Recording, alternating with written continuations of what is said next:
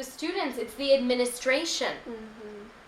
It's all of us who are buying into this idea that non-native speaking teachers are not worth as much as native speaking teachers, because it's just not true. So, and I have seen when I was teaching in China, not in Macau, but in mainland, they would pay us more than they would pay the Chinese teachers because we were the native speakers. But not everyone was educated and had like a degree in TESOL like I did. There was literally a guy who used to cut lawns for a living, teaching English. And he was paid more than a Chinese professor who had an excellent command of the English language and could deliver very well to the students and had good results with the students. That's not okay, in my mind. But I mean, that's just an example, because the students would go to the person, and there's nothing wrong with cutting grass for a living or being a landscaper. That's a fine profession. But don't expect that you can do that and then suddenly teach a language, because there's like a whole background that you have to learn about grammar, about all kinds of things, right?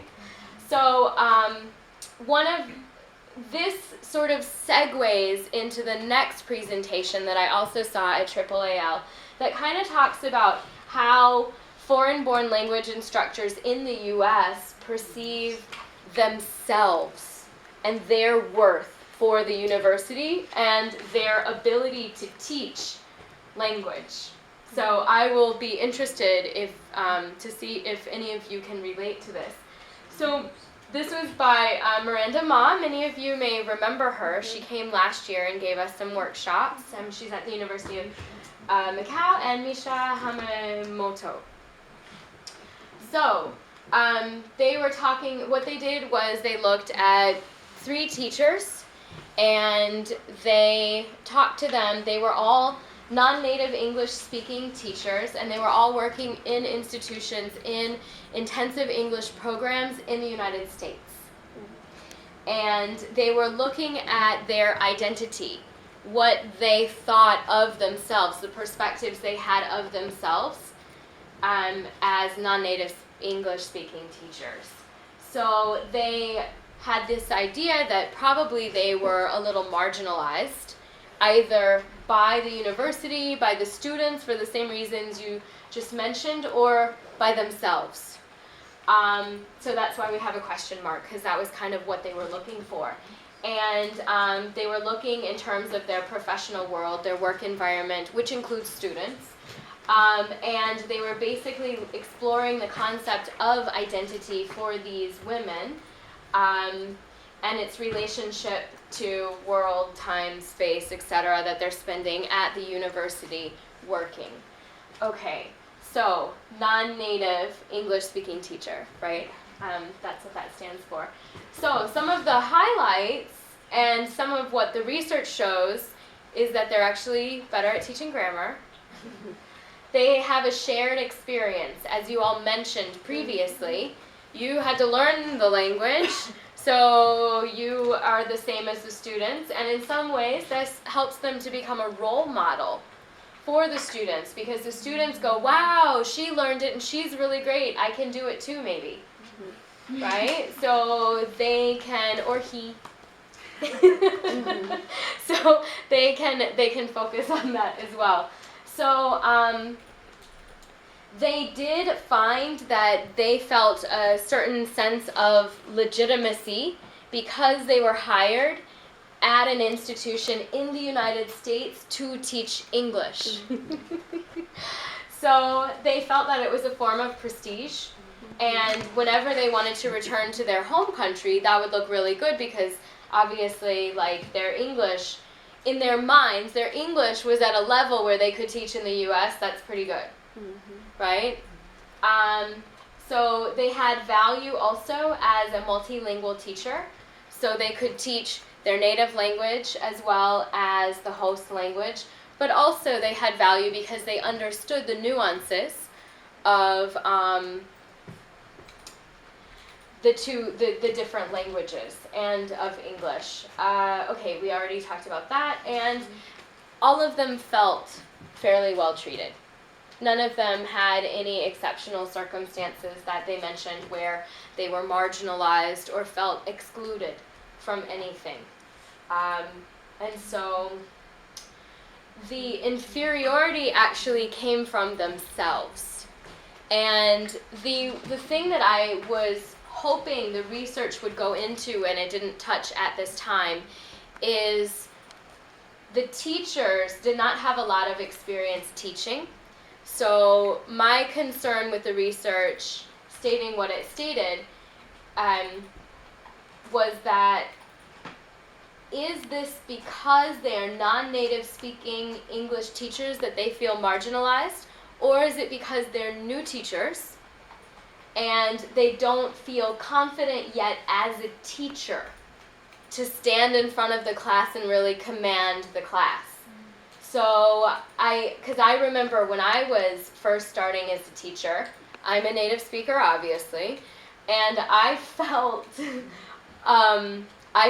all of these concerns, like self-defense mechanism. I don't care if they like me. I'm going to teach my lesson. I'm going to be nice. I'm not going to be horrible, but I don't care if if they like me as a person.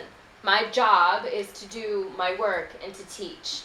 And this was the response that one of the women had to what she perceived as a situation where the students didn't respect her as much as she felt they would have respected a native speaker. And it was for precisely the reasons that you were mentioning. Like, some students would challenge, try to throw out words that she should know, or they thought that she should know, and if she didn't know it, then there was an issue. Sorry, but if I can add. Sure, please. We learn the best from those who we love. Mm-hmm. We learn the best from teachers, people who we really love, appreciate. Right.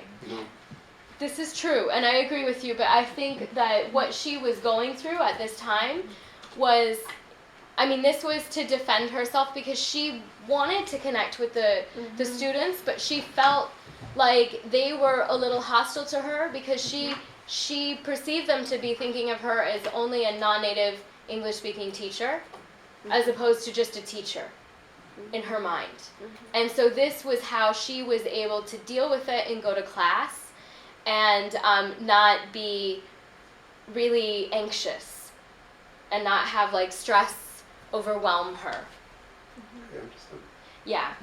But I agree with you. I think that it's much easier to really engage and attach with the students so that everybody can have I agree, a better learning and experience. Okay, so she doubted her ability to teach English. And for me, when it was described, it sounded like maybe a new teacher thing. But a lot of it was because she said that inside she was feeling she didn't know enough English to teach it. And so that was something that she struggled with as well. But I think this also goes back to what Dr. Kramsch was saying, because what the students were doing was exactly what you were mentioning, where they had expectations of the native speaker and of the non-native speaker teacher, and they were treating her in a way that they would not have treated a native speaker. And so, again, looking at the entire community and thinking, okay, this woman obviously had enough English to be teaching at a university because they hired her. They wouldn't have hired her if they doubted her ability to teach. But it was their own